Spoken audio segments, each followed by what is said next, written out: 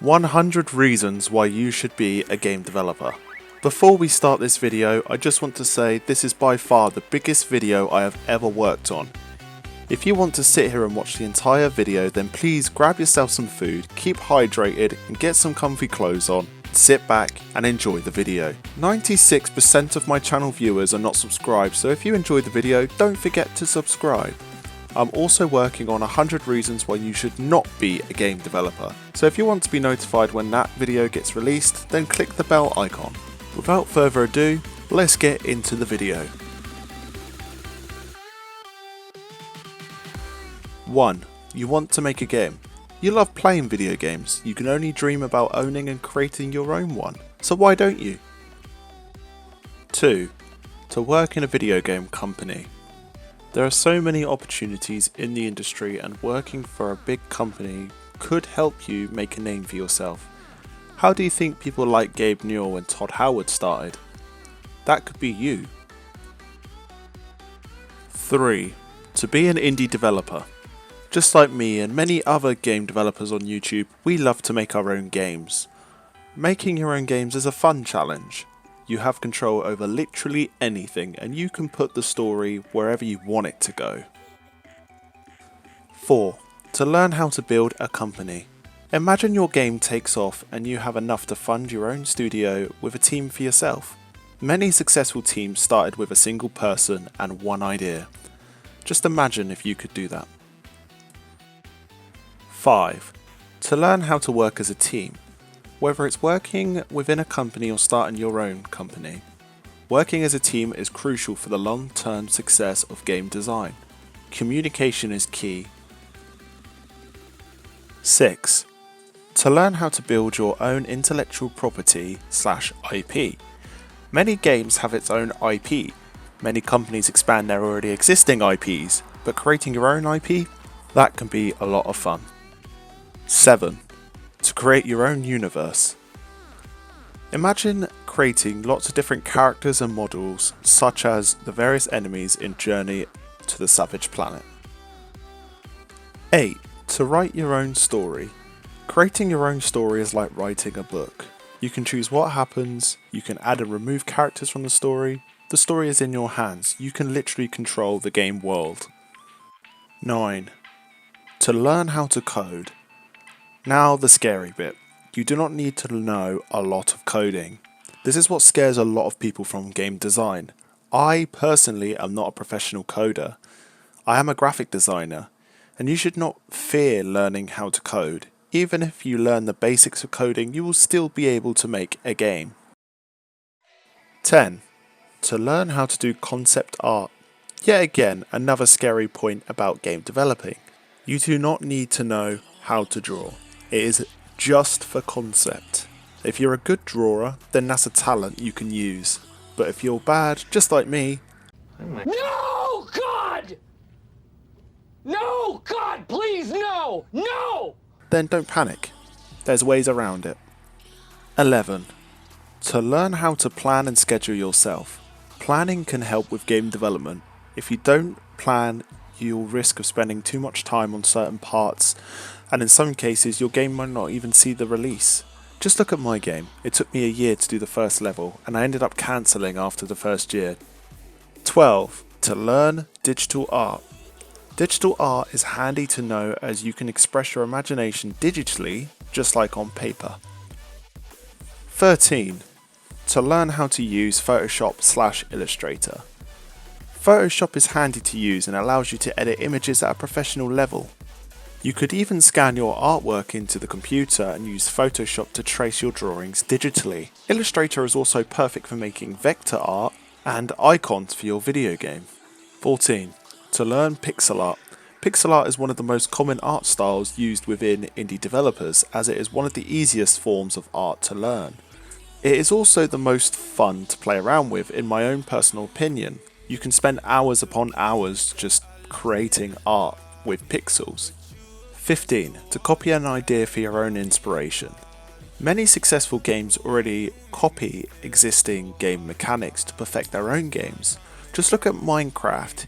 You wouldn't believe that it was inspired by a game known as Infominer, and if you look at the two games, they are very similar. 16. To make a 2D game. 2D games are possibly the easiest games to make. There are so many 2D games in the world. Many great 2D games have been created as well, such as Undertale and Stardew Valley. 17. To make a 3D game. 3D games are very expensive, but they are so much fun to create. There are so many different game engines which help make 3D games easy to make. 18. To make a game for mobile phones. Many developers and small teams of people release their game on mobile devices. The App Store is probably the most casual place for a game to be released, and probably the most accessible place. 19. To make a game for consoles. With the new generation just around the corner, the best time for you to make a game for console would be right now.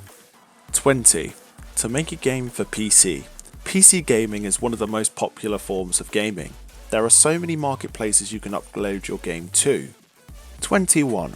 To sell your rights to a publisher. Selling your game rights to a publisher can be very beneficial. Just look at Microsoft buying Minecraft.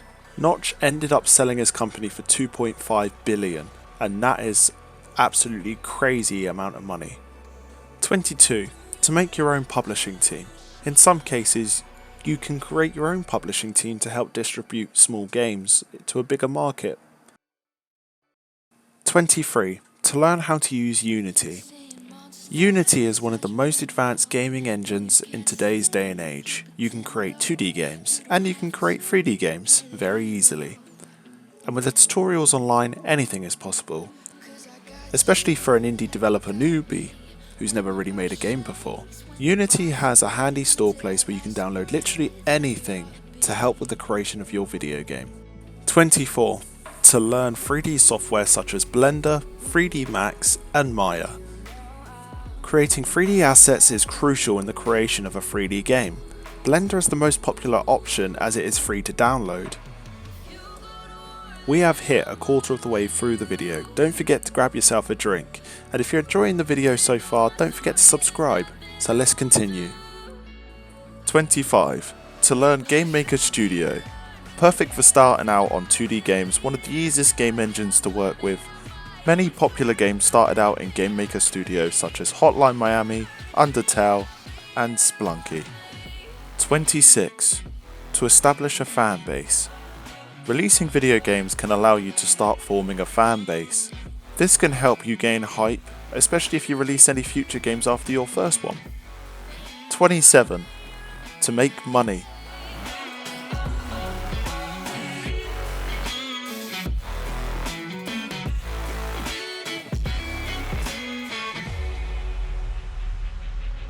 When your nightmares turn to real life and the ground's filled up with landmines, we will face it standing side by side. 28. To learn how to use Asprite. As mentioned before, pixel art is a very popular art form, and Asprite can be a helping hand at trying to get involved with pixel art. You can create sprites, do tile maps, and even create animations. It's worth the buy. 29. Learn how to market your game. Soon as you create a game, you need to create hype surrounding your game. You need to advertise your game, let people review your game, even make a trailer for your game. And that leads to the next point. 30. To learn how to do video editing. Doing simple video editing can help create gameplay videos to show off your game. You can even upload development logs to your YouTube channel, which most indie developers do nowadays. 31.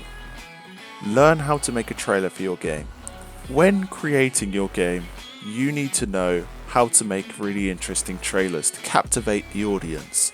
Sometimes knowing video editing can also make your games look better, even though it is not advised you do this. Just look at Killzone 2.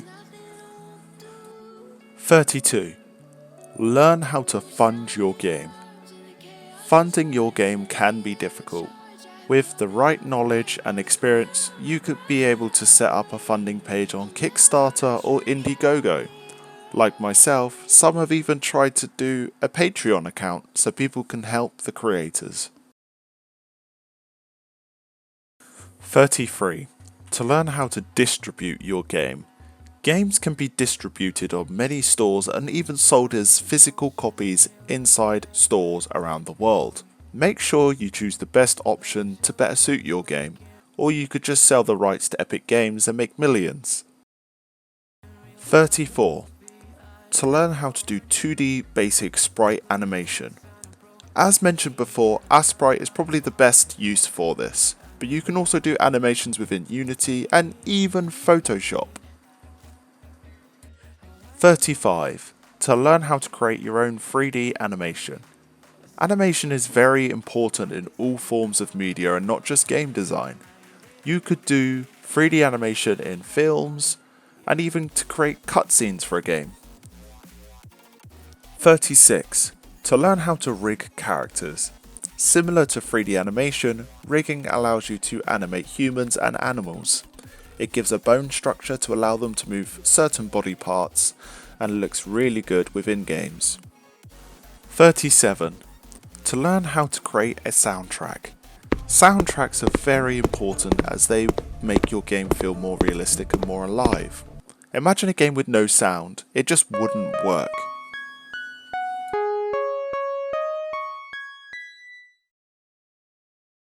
38. Learn how to create sound effects. Sound effects are also very important as they bring the finer details to your game. You could be walking on stones, you could be hitting with your sword. There needs to be some sort of sound effect to interact with the player. Mission failed. We'll get them next time. 39. To be part of a community.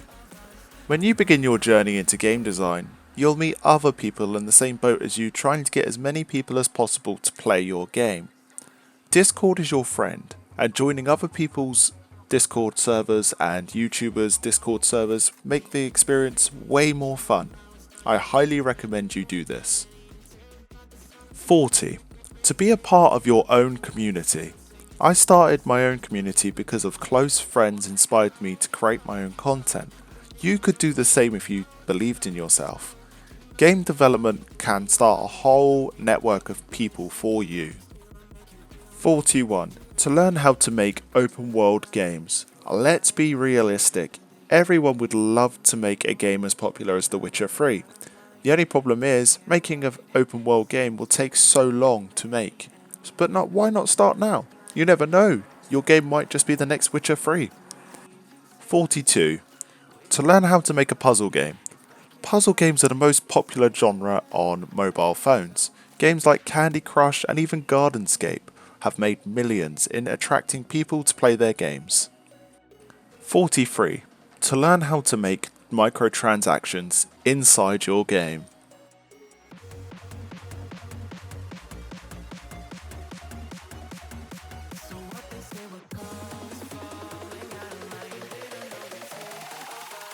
Colorblind, yeah.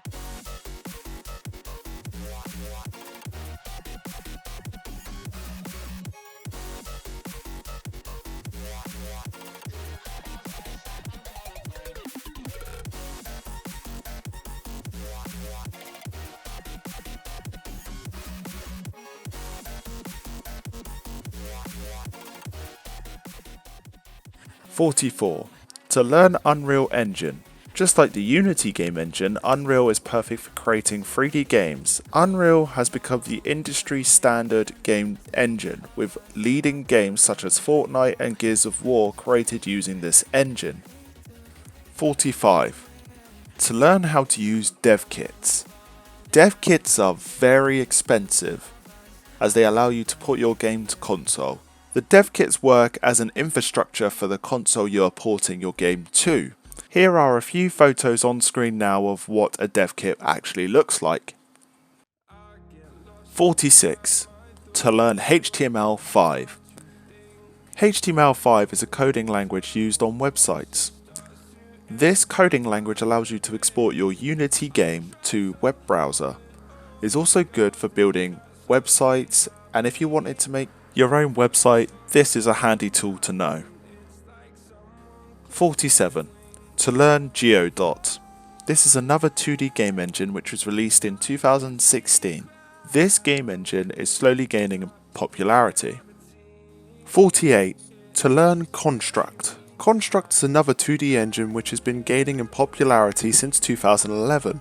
Construct uses HTML coding as its primary language, so if you want a start point in game development, then check out Construct. 49.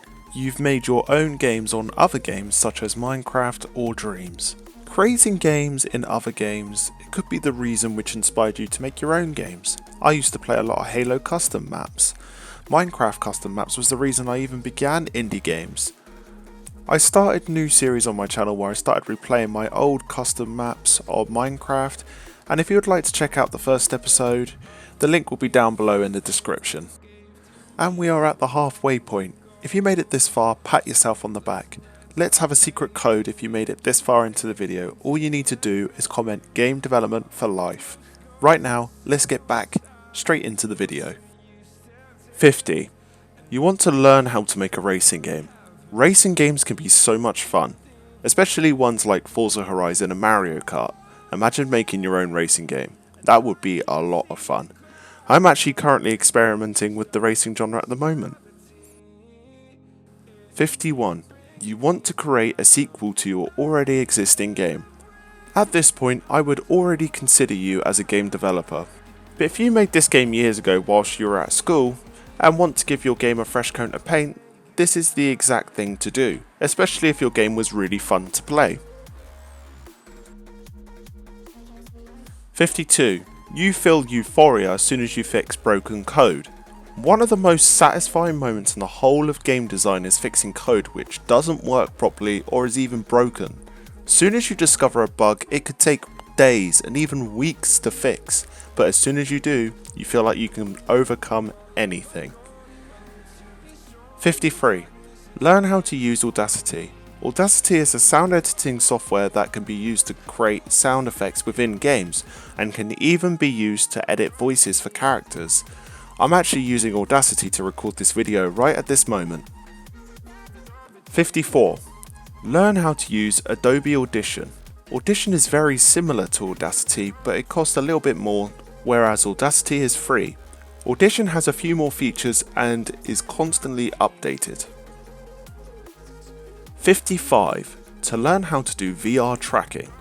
VR tracking is the advanced side of game development. Games like Half-Life Alyx perfects the use of VR tracking as it allows you to reload your guns and also look around with the VR headset. 56. Learn how to make a VR game. Games like Beat Saber uses VR as the main controller. Even you can make a VR game, and at the moment there is hardly any VR games on the storefront, so this will be a perfect opportunity to make a game that would stand out. 57. Learn how to sculpt models. Sculpting is the primary method of creating high poly models for movies and also video games. ZBrush and Mudbox allows the users to have an endless amount of customization on their 3D character. Someone has even created Thanos using the sculpting software on a YouTube tutorial. 58. Learn how to create low poly models. Most games aim for realism in their games, but why not try the complete opposite and do low poly models instead? Games like Minecraft and Superhot utilize this. 59. To learn how to do texture maps. Texture maps are crucial for making 3D models as you will need to unwrap the model and apply a texture. It sounds complicated, but when you learn how to do it, you'll be able to pull it off easy. 60. Learn how to do bump maps. Bump map are another type of texture map, but it generates an image from an already existing original texture map, but instead it uses black and white colours to determine where the original texture map engraves. 61. Learn how to use normal maps. Normal maps are very similar to bump maps, but allow for more details to be shown on a low poly model. This method is good for games which are trying to save memory usage on and uses less polygons on the model as possible. This also uses colour instead of white and black to fill in the detail. 62. Learn how to do level structure. Every level in a video game has been thought out for hours on end. Everything has been put inside a level for one reason or another, and it all has a purpose. Structuring out your levels can make all the difference in the world. Just remember, it took me a year to do one level in my own game. 63. Learn how to write an algorithm. Whether this is for combat purposes or for random chance drops, writing an algorithm can be a lot of fun to create. 64. Learn how to create a multiplayer game. Multiplayer games are always thought about when it comes to game design, as it allows players to spend more time playing the game. The only problem is, multiplayer game modes might even ruin the game overall, especially with some certain games which have come out, such as Dead Space. The multiplayer was so bad it actually impacted the general review of the game. 65. Learn how to create downloadable content. Making content could also be a lot of fun. Expanding your game base with lots of new features can be even more fun, as you can include loads new characters to play as and loads new features. 66. Learn how to make an MMO and make money.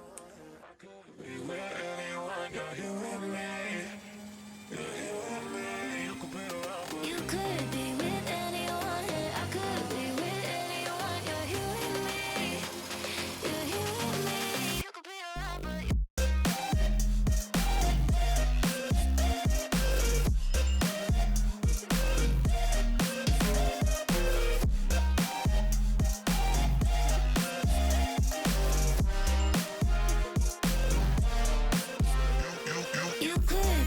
anyone.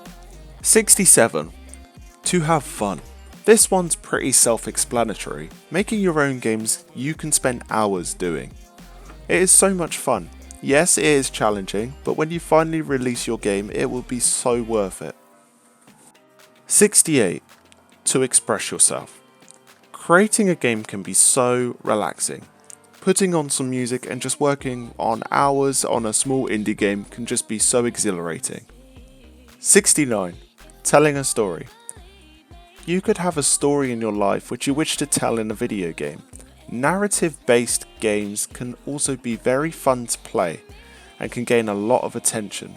Just look at the games known as Telltale's The Walking Dead and Life is Strange. 70. Let your imaginations go wild. You can build and create literally anything if you put your mind to it. The only thing you really need to do is to playtest your game to make sure it's fun to play, but other than that, the whole world is your oyster. 71. Learn how to pitch your idea. Coming up with a game idea is one thing, but pitching it to a company is a completely different experience. The best thing you can do is create a demo for the game to show off at a pitch to try and get investors interested in your game and your ideas. 72. To research trends. Trends is very important in the gaming industry and you want to try and stick with them. Because at the time of this recording the world is currently in isolation, there has been a huge resurgence on The Witcher 3. 73. To learn the hardware of computers. Sometimes you will need to know the insides of the computers to run certain games. This is where recommended specs and minimum specs take interest on the Steam page. If your computer is lower than the recommended specs, your game might struggle, so it's best to know the insides of the computer so then you won't have this problem when creating your own games.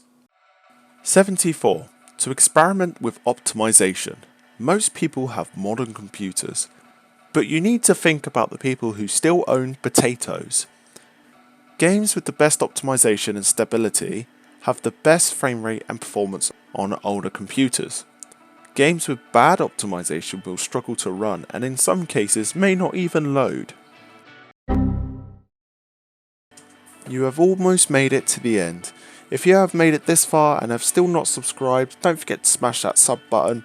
I make my own indie games and I release videos almost weekly, so if you'd like to see more, show your support. Let's finish this list. 75. To make a co-op game.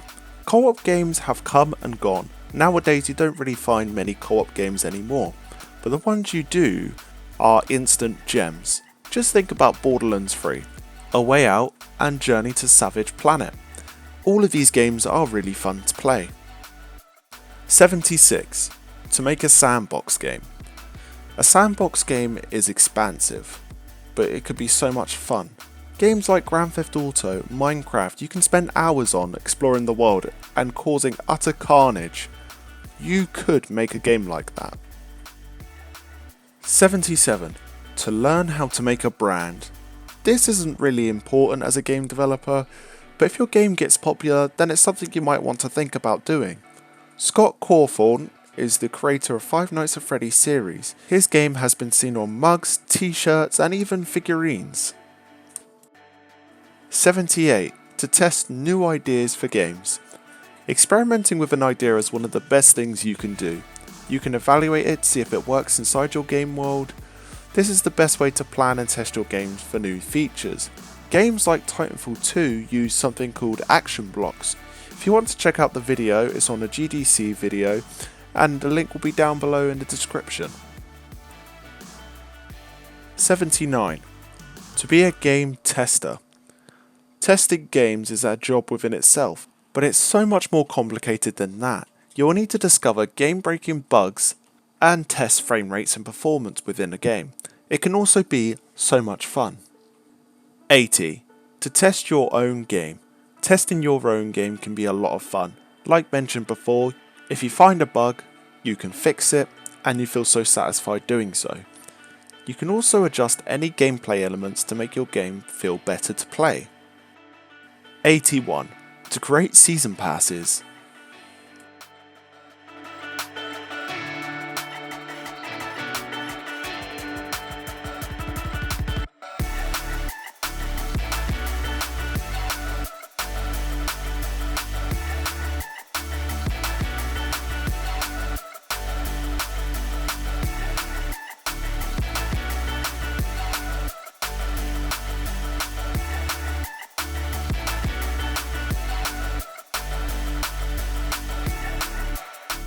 '82. To experience teamwork with friends. Sometimes the best thing to do is make a game together. If you have a friend who makes music for a living, then ask him to make music for your game. If you have a graphic designer, ask them to help with concept. Asking for help from your friends may be worth it. 83. To try something new. Imagine you're working for a random job such as being a cleaner. You have so much free time out of work, so why don't you do something creative and work on a game? It's a load of fun and can be very valuable skills to learn. 84. To create a digital currency within a game. Sometimes you need to know how to make your own economy within a game to help yourself out stay afloat. Speaking of floating, Sea of Thieves actually has an exact economy that we are speaking of. You can purchase cosmetic items with real life money and also earn it by playing the game. Mobile games heavily use on an online economy to help speed up the movement of gameplay. 85. To attend gaming events. Attending gaming events can be a life-changing experience. Imagine getting a ticket to E3 or Gamescom. Events like this allows you to see lots of new games being released in the future and can even allow you to playtest some upcoming games. 86. To advertise your game at social events. Many indie developers attend social events to show off their own games and to build hype around their games. Sometimes you can also playtest other developers' games. The experience is so much fun. 87. To celebrate when your game finally releases. It is a huge moment when your game finally releases on the marketplace. All your hard work and dedication for your project can now be experienced by other people. You can now relax and start planning your next project. 88. To release a game for free. Many games are paid to play, but what if you make a free game? Many new Battle Royale games have started releasing games for free, which has helped grow the game. Many other games have followed suit in only doing microtransactions. 89. To educate people.